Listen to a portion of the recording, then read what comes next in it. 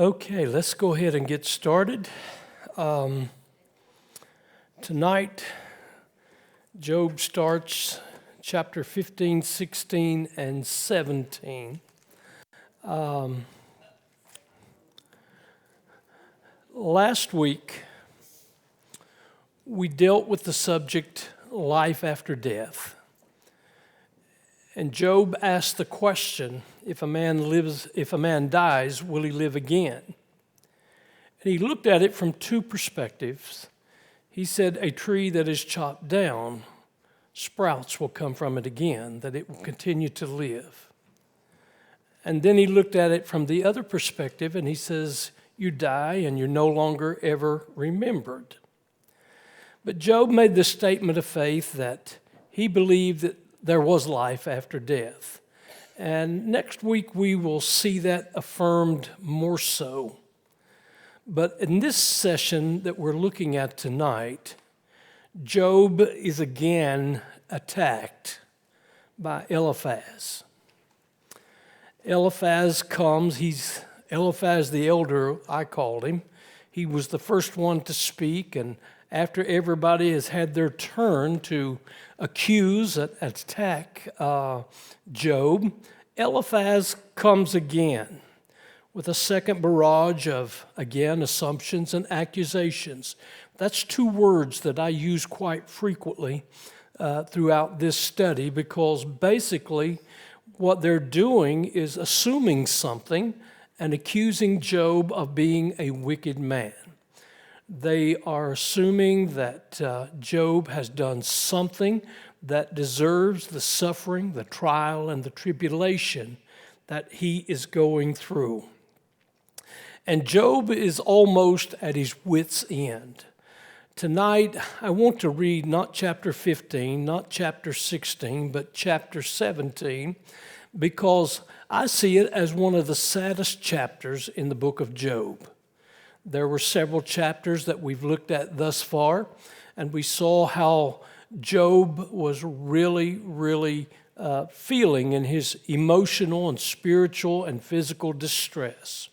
But again here he says, and he admits something. In chapter 17, he said, my spirit is broken. In other words, Job admits that he has gone just about as low as anyone can go in the distress that he is experiencing. My spirit is broken, my days are cut short. In other words, Job was looking at the experience of death. He was thinking about all that had happened to him, that the only relief that he was going to get was to go to an early grave. Now, my grandmother used to teach me a lot of things. One of the things she used to accuse me of because of my actions, she said, boy, you're going to go to an early grave if you don't change your ways.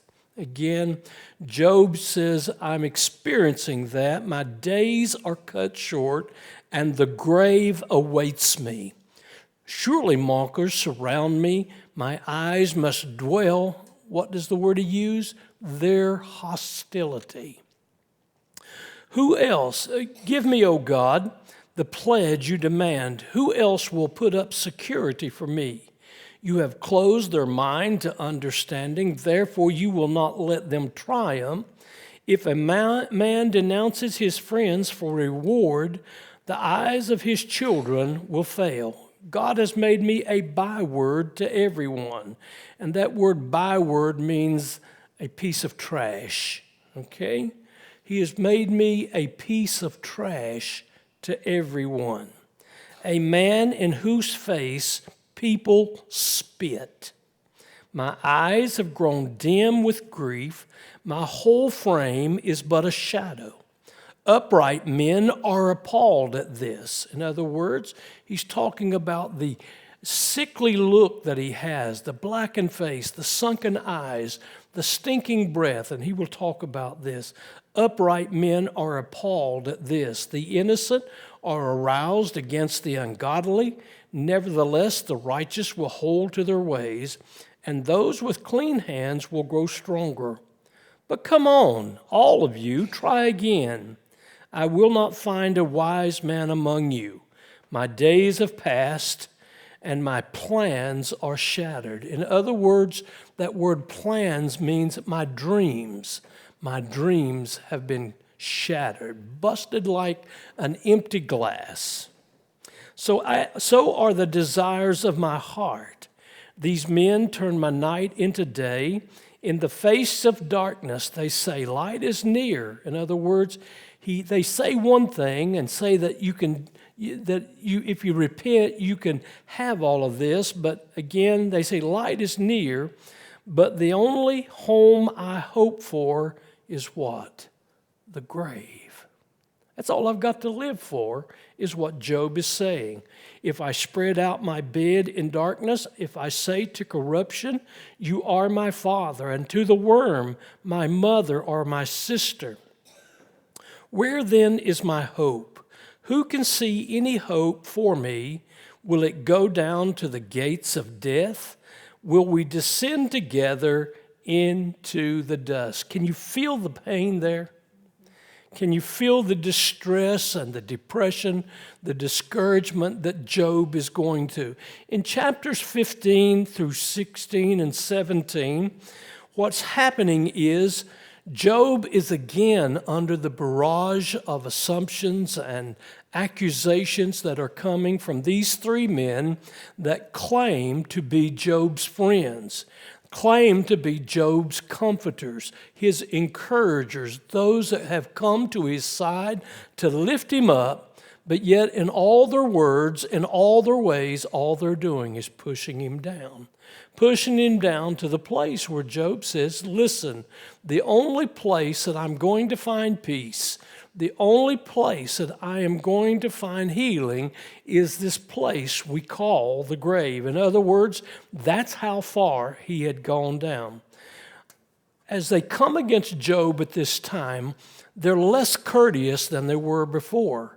Eliphaz began more as a diplomat, and he began to present it as a theological approach. Job, you know, this is what we've been teaching. This is how we believe. This is how we're living. But now he comes back more angrily than before. When we look at Bildad, when we look at the way that they came against him, what we find out that, again, it seems to be rising up.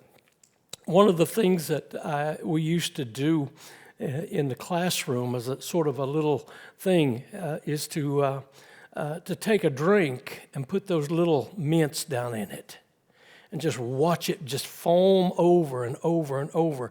Basically, that's the picture. It's like a volcano. It just keeps erupting and coming forward, and that's what Job is talking about here. Excuse me. He's talking about the way his friends have been treating him. Now again, Eliphaz comes, and as he approaches Job, Job in chapter 16 is going to refer to his friends, you're nothing more than a bunch of miserable comforters. In other words, Job is there. But the thing about this is, we're reading words, okay? We're reading words. But I want you to feel the emotions and the feelings that are going on. How many of you the other night watched the debate between President Trump and Mr. Biden? It got pretty much out of hand, didn't it? I mean, that's the least that we can say. It came out just a little bit out of hand. There was no courtesy there. There was no respect there. It was just one word right after the other, one talking over the other. And basically, I don't know about you, but while I was sitting there watching it, I was feeling anxious. I mean, I could just feel, Lord, what's going on here? But basically, that's the way that's going. This is dialogue.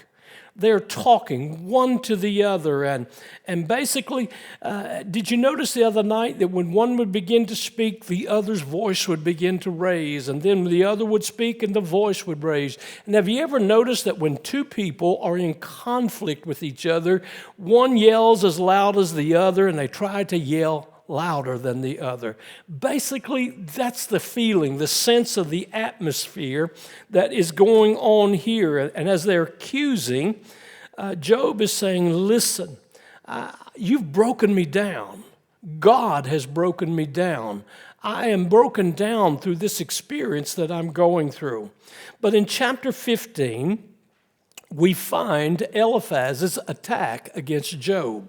And as Eliphaz, in verses 1 through 16, is making his attack, he is making some charges against him. He is saying some things to Job, asking questions, and again, it's in Hebrew poetical literature and language, but here's what he's doing.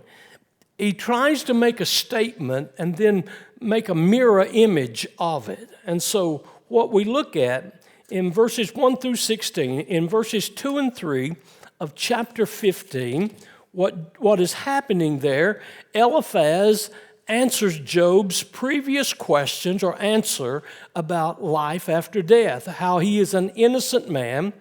But he begins to talk and he charges Job with folly and absurdity. What he says is, you're a dumb man.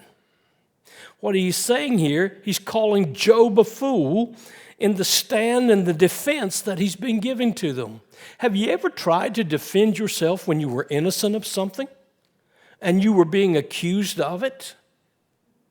Listen, I've been accused many times and I was guilty and I'd lie my teeth out, you know? But when I was a kid, maybe not now, maybe as much, but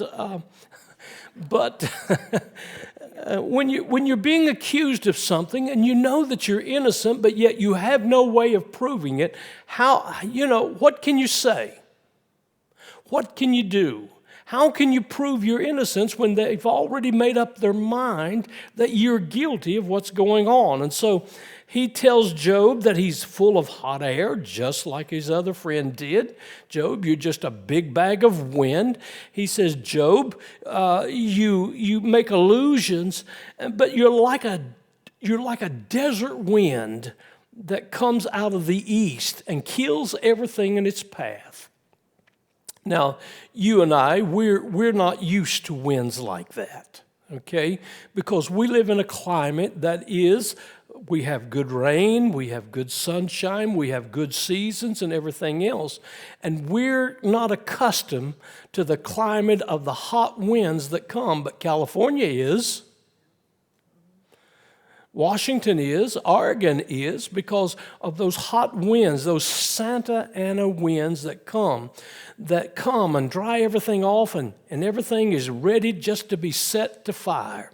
Well, that's the way those winds were that they're referring to, that Job is nothing but a bunch of hot wind that kills everything in its path. And they say that we're here to counsel you with our words, but our words are not going anywhere with you. In other words, they said, Job, you're a fool. You're not listening to what we're saying. Now, my wife tells me that a lot. She says, Alan, you're not listening to what I'm saying. Well, I'm listening. I just don't want to do what you're saying anyway. But again, he makes the charge that Job is full of foolishness and absurdity. And then he charges Job with being impious and irreligious. In other words, in verse 4, listen, he says that Job, you undermine the piety of the devotion, the holiness of God, and hinder God's devotion. In other words, he's saying, listen, you are a shame to God. Again, accusing. And then he talks about, in verses 5 through 10, about Job's arrogance and self-conceitedness. In other words, what he's saying there is that Job, in his words, is leading himself down a path of self-condemnation. Now, I've heard law officers say this. The reason that they interrogate somebody for a long period of time is that they will talk themselves into being guilty. And that's what they're accusing Job of. Job, you just keep talking long enough, and you're going to prove yourself guilty of what we're saying to you and about you. But you see, Job he's not listening to what they're saying. He's saying, listen, we've been trying to tell you what we have learned all of our life, what we have lived all of our life, and Job, you're not listening to a word. He talks about Job's content, about their counsel and their comforts that they were trying to give him as friends. In verse 11, Eliphaz asked the question, are you not considerate or appreciative of the godly counsel and the comfort that your friends are showing you? Again, folks, let me tell you something. If I'm ever going through something like that and you're acting like them, don't come around, okay? Because they didn't see that they were doing wrong. Now, here's something that I've noticed over the years. Somebody who is wrong and thinks themselves right can never, ever be counseled to consider that they are wrong. I mean, no matter what. You can try to tell somebody who thinks that they're right, but you know that they're wrong. And that's what they're saying. Job, we can't convince you that you know that you're wrong. God lets suffering come in a person's life because of sin. You're suffering, so therefore you've sinned. Job, you're not listening to what we're saying. They were frustrated with Job. Job was frustrated with them. The communication thing, it was at an impasse, one against the other, one hollering, and again, neither one going anywhere, okay? He talks about Job's opposition to God and to religion in verses 12 and 13. Venting his anger. You remember in past lessons that we talked about, Job said to God, God, whatever happens to me, I'm going to tell you how I feel. And I've been asked that many times by a Christian, can I talk to God about how I really feel? And let me ask you the question, is it wrong to talk to God about how you really feel? He already knows. But sometimes you need to vent, and that's what Job was doing. And so they were using that against him. Job, you're being irreligious. Job, you're just being corrupt in your mind and your words, and you're just challenging God to do something more to you. But he's accused of trying to justify himself without being able to do it, to share. And in verses 14 through 16, notice what he said there. What is man that he could be pure, or one born of a woman that could be righteous? God places no trust in his holy ones. If even the heavens are not pure in his eyes, how much less man who is vile and corrupt, who drinks up evil like water? Listen to me, and I will explain to you. Let me tell you what I have seen, what wise men have declared, hiding nothing received from their fathers. What he is saying is this: can God trust angels?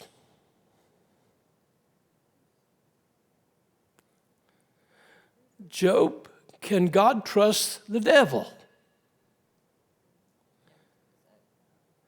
Okay, now what the point is here is some angels fail. The devil is a fallen creature, and man is corrupt. Job, can God trust you, what you're saying and how you're feeling?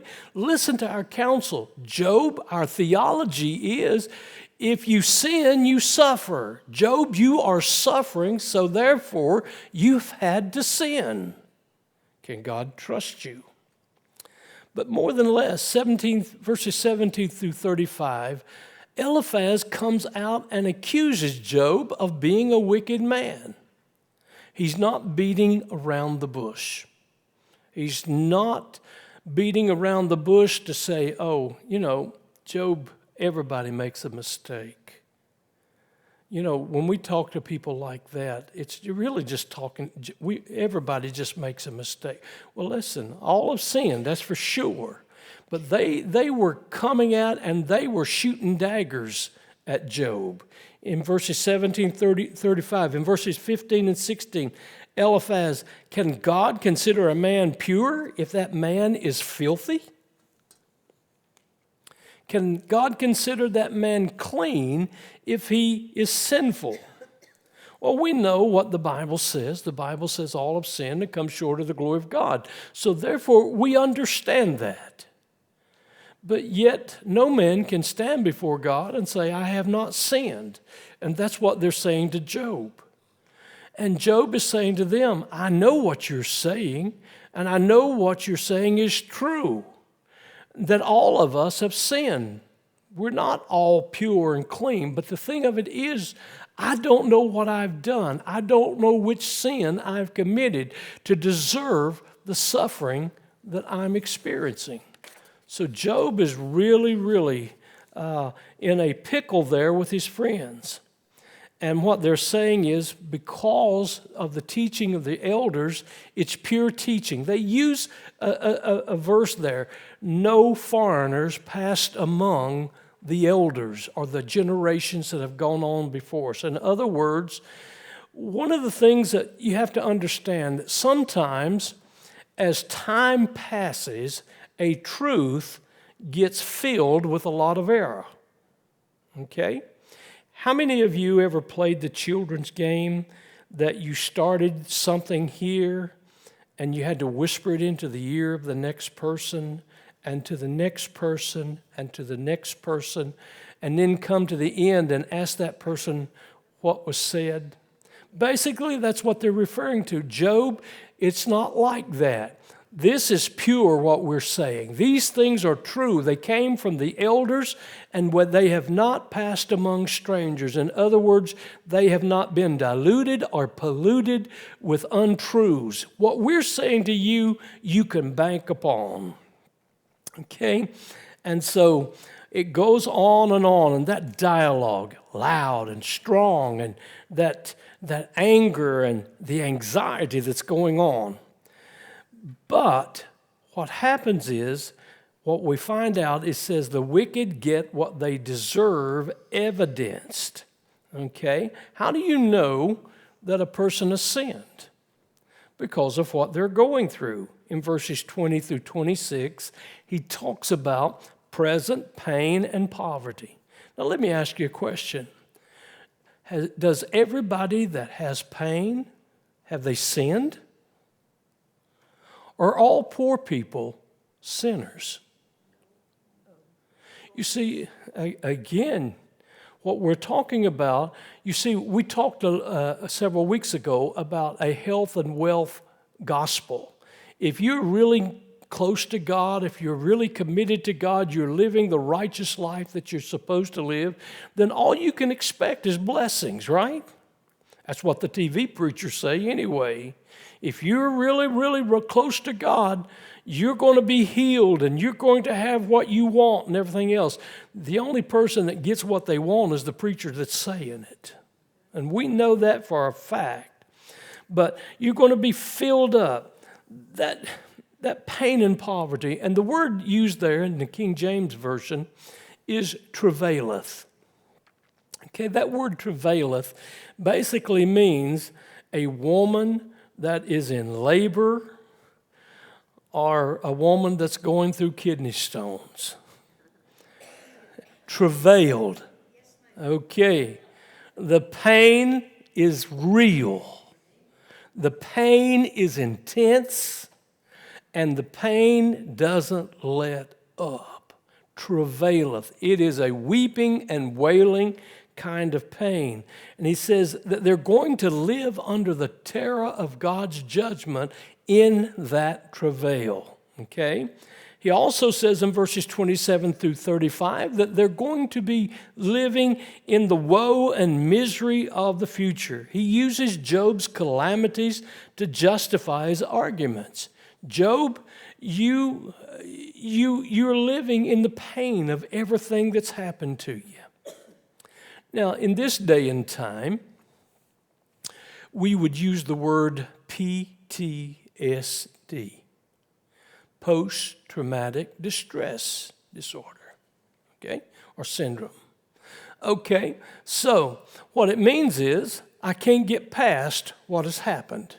I live in the misery of it each and every day. So what's Job gone through? He's gone through loss of family. He's gone through loss of fortune.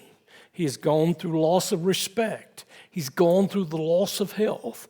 And every day is a traumatic experience that will take him to chapter 17. It says, listen, I am a broken man. The only thing that I've got to look forward to is the grave, and that's the only thing I think right now that's going to give me any peace of mind. Okay? So he says that. You live in that misery. But in chapter 16 and chapter 17, Job is responding to his friends, to those comforters. He says in chapter 16, you're a bunch of miserable comforters. He confronts them in a way that says that they're not giving him any comfort at all. All they're doing is making his life more miserable, more unbearable. And so he tells them that all that they've said and all that they've done just adds to. He says in chapter 16, verse 3, when are you going to stop talking? When are you going to stop talking? You know, in that debate that we were talking about, Biden said to Trump, "Shut up, man." Somebody put out a little cartoon, and he put the words, he says, "Shut up, man, I can't hear what they're telling me to say." I don't know. But anyway, he says, when are you going to stop the talking? And then he says in verses 4 and 5, if I were in your place. See, Job is trying to put the shoe on the other foot. If I were in your place. Job is saying to them, if I were in your place, I would try to lift you up and not put you down. You see, that's the role of an encourager. That's the role of a comforter. You see, we have to realize we can't add to their misery. And as Job is saying, listen, if the roles were reversed, if I were in your place, I would lift you up and not put you down. Job complains about his suffering. He talks about God putting him in that place. Job's complaint about his friends. He said, Job says in verses 6 through 8, he said, if I speak or if I'm silent, I am not eased of the pain that I suffer. In other words, Job says, I can do nothing about it.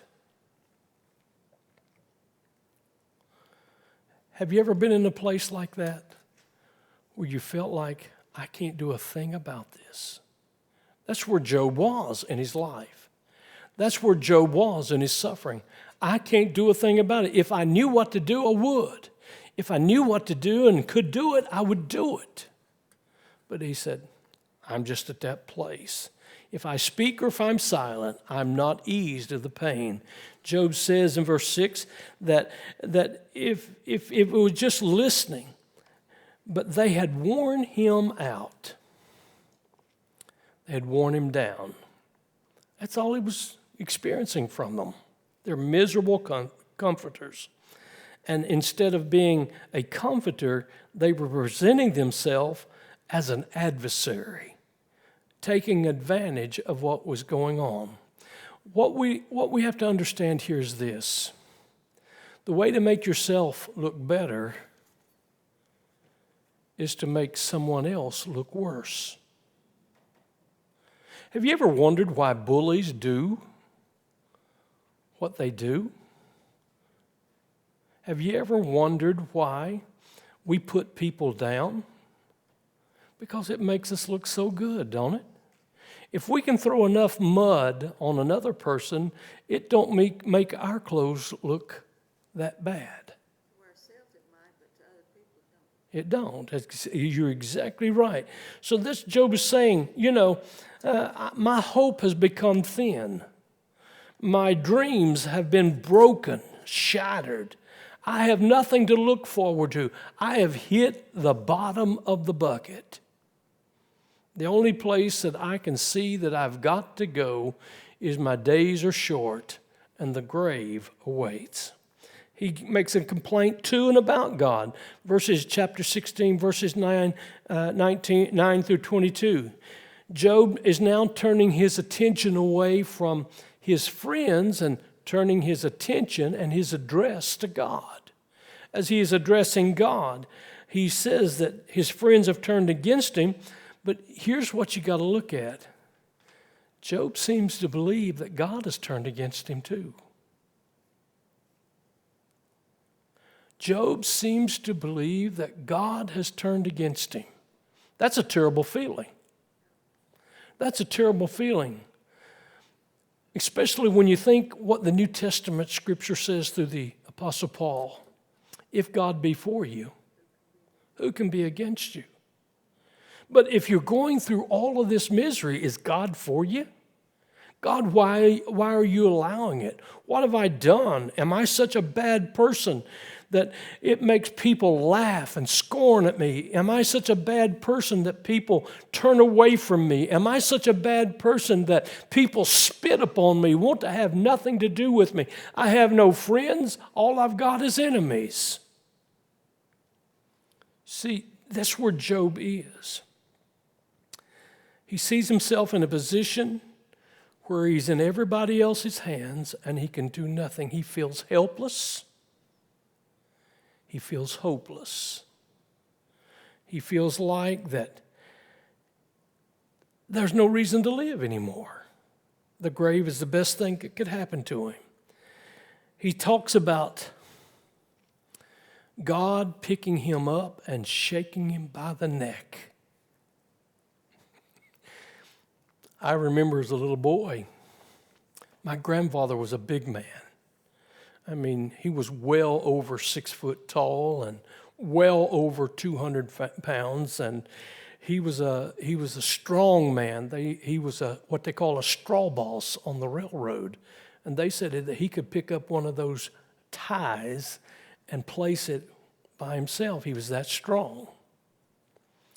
But I remember one time when my cousins and I were at his house, and we did something wrong, and all of them scattered and ran under the house and hid and everything. And as I was trying to get in there, he grabbed me by the shirt collar and he picked me up just like that. And when he did, the hand come like that, I felt like that I'd been pulled up by the nape of my neck. Okay? That's what Job says. Lord, you have picked me up and you've shook me until I have nothing else to give, nothing else to lose. But then he says, as his face is blackened and his weeping is crying out, he says, my witness is in heaven, my record is on high. In other words, what he again is asking, Lord, give me an advocate. Someone that will stand for me and not against me. One that will speak up for me and not against me. And again, we know that in the New Testament, that is Jesus Christ. But in chapter 17, as I read to you, all of this, the accusations and the assumptions that his friends have made against him, the experience that he's going through with the suffering that he is experiencing, he feels like that everybody's turned against him. God has turned against him. And so he says in chapter 17 and verse 1, I'm a broken man. Now let me ask you the question. Have you ever felt broken? It's a terrible feeling, isn't it? Whipped, drained, and put out to dry. That's a bad experience. But I would dare say that none of us have experienced it like Job did. Okay? Job is going to say in our next study, I hope somebody writes this down in stone because they've got to read this story. Okay? Because it's the dramatics of it.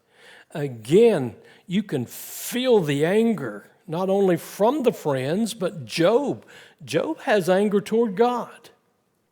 Now, I don't know about you, but there have been a few times that I've been angry at God. I've talked back to God. You say, preacher, you're a preacher. Listen, I am not saying anything that I've done that you haven't done it either. Because you've talked back to God at times too. Because you are hurting. And I always say this. You cannot blame a person that is hurting for anything that they might say. And I put it like this, and again, you never knew my little dog that I loved as much as I did anything else other than my family. 18 years that I had that little dog, and that little dog loved me like nobody else. She would protect me. Even when Judy would come up to kiss me on the cheek, she would try to bite Judy. Okay? I would say to that little dog when I would sit down at night, Bud, take my socks off. Because she knew when I took my socks off, I was home to stay. And she'd come and she'd tug my socks off and she'd pull them there. And then she'd hop up my lap and I'd just hug her a lot. But right before she died, she was hurting really bad. And I reached down to pick her up. And I touched something that hurt really bad. And she bit me. It was her only way of telling me, you hurt me. And a lot of times, folks, listen to what I'm going to say. When a person is going through a lot of pain, don't hold them accountable to what they might say or do, because most of the time it's because they're hurting so bad. Okay?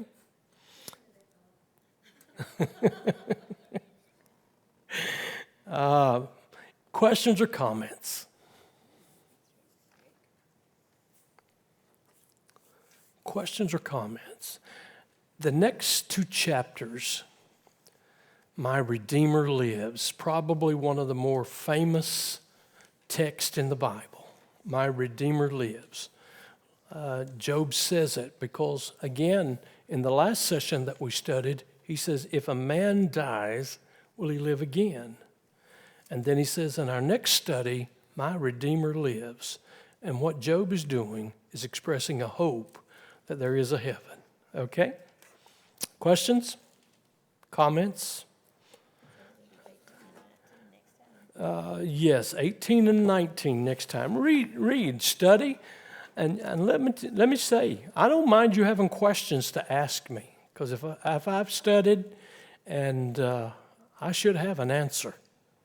Might be the wrong answer, but I'll give you one, act like I know something, okay? Okay, Miss Judy, I'm going to give it to you.